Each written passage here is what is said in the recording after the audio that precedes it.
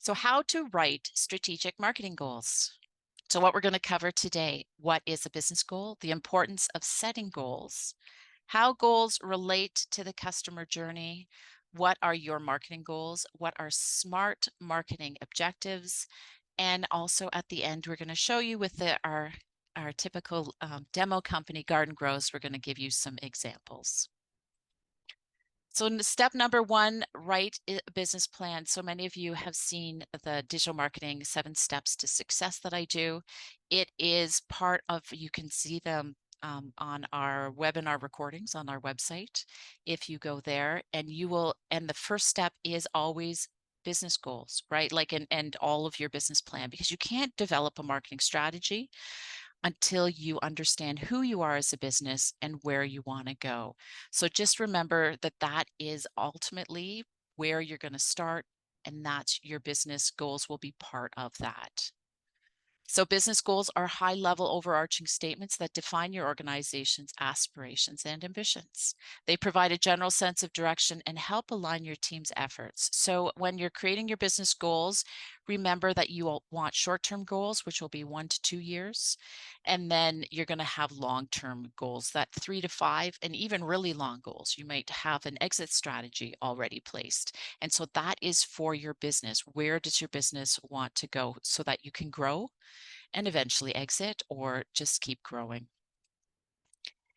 And your business goals, think of it as part of this marketing funnel. And you've seen this many times before, but a lot of what the business goals and the marketing goals that we're going to talk today are going to funnel through a path, right? Those general business goals where initially you may want to build brand awareness, and then you want to build interest and consideration. It's all part of the buyer's journey, right? And then they come in to buy.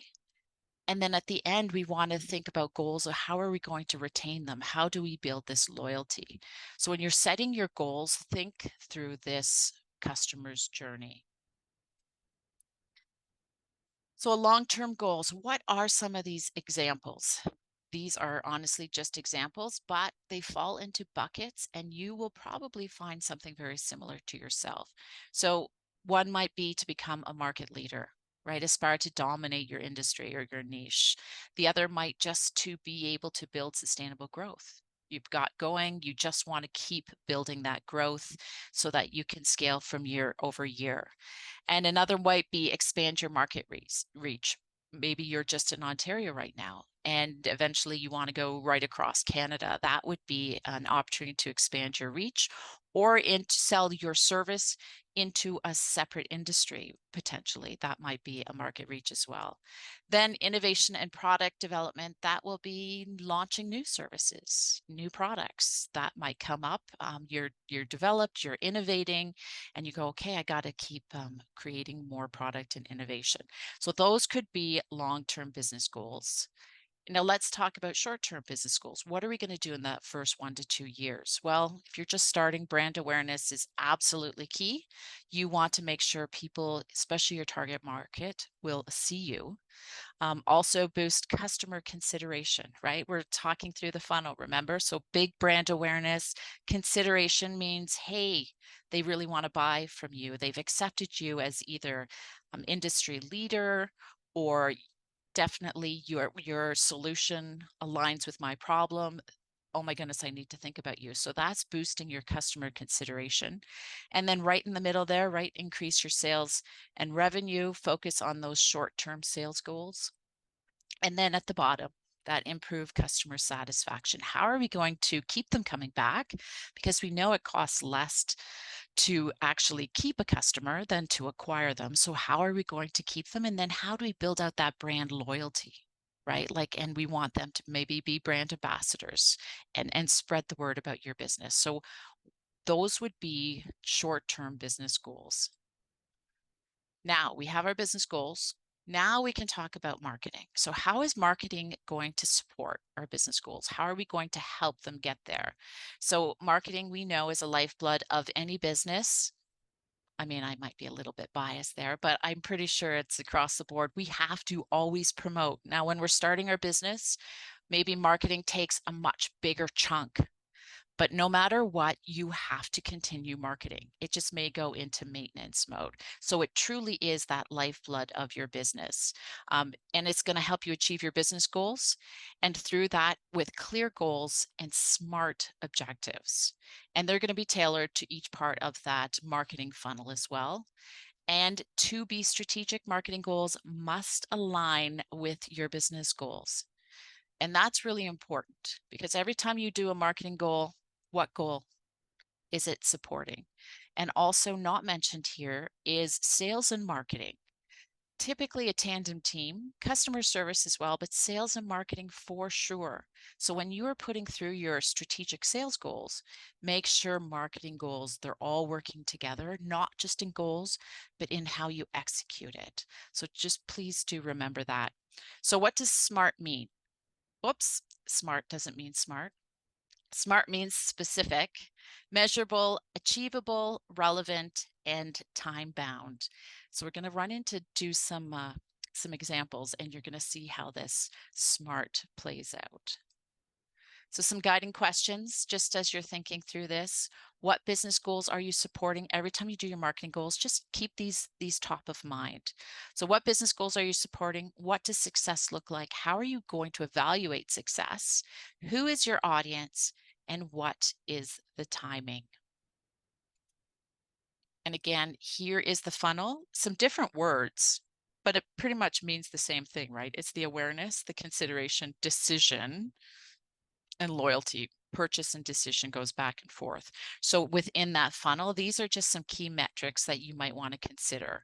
And that will be part of that specific and time bound, like how much traffic is coming to your website, how many social media followers, how many email subscribers. This is very tactical, but this is how we become specific in when we're doing our objectives. What kind of engagement do we get? How many lead forms are being filled out? If you're doing product demos, how many people are showing up? When you get into that purchase decision piece, how many people are booking a consultation form? How many people are actually buying your product? That has to be considered in that spot.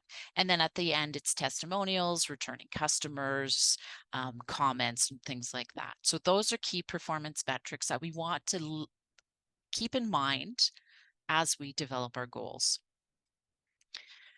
So let's go through some examples. So awareness, that top of the funnel. Business goal might be to increase brand awareness among your target audience. It's really general, right? Now, I am not talking about business objectives here. You can get more specific, and for every business goal, you can have business objectives, which are more granular. So I just haven't put this in because it's a focus on marketing, but you can do that too. And then we get into the marketing goals. So to help build brand awareness, we want to increase content visibility, creating valuable content to increase online visibility and engagement. See how specific we start to get, right? Online visibility. Social media presence to establish and maintain an active and engaging presence on social media. Those are just examples. Please do, when you are writing them out, make sure that you do explain what they are. And now let's get into marketing objectives. Here's the specifics. This is really important that you have these because this is how you're going to measure success.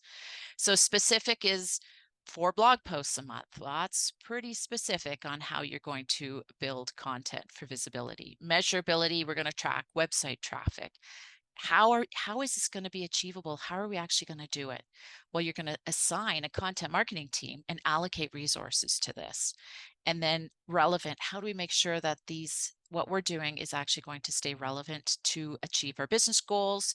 We are going to ensure blog content and social media aligns with the brand message and audience interests. Time bound, this is the key one because this is how you're going to know if you're successful. You're going to achieve a 20% increase in website traffic and a 15% growth in social media followers within 6 months. Pretty specific, very time bound. We understand we're talking to the target audience, and these are the things we're doing. Now, what you can do, I've broken these out into each of the SMART sections. You can take all of these objectives and the goals and put them into a statement, and you will quite often see that done as well. I do like this format just because it breaks it down in a more visual way. Consideration, encourage potential customers to consider your products. Pretty basic, right? And how are we going to do that? We're going to do some lead generation content and continue on educational content, especially if you're a consultant. And thought leadership is important. Helping them educate also helps them move through, but it also builds up your credibility, right? It builds up your reputation as a consultant or a thought leader. And how are we going to do that? Well, specifics are we're going to increase signups to your website, like your email, because that's where you're going to be doing your blog potentially, through various lead generation tactics. Measurability, we're going to monitor the sign-up rates. Achievability is you're going to tactically put in these lead magnets, ebooks, blogs, videos, things like that. How are we going to make sure that they're relevant? Ensure the lead generation efforts align with the content that addresses customer pain points.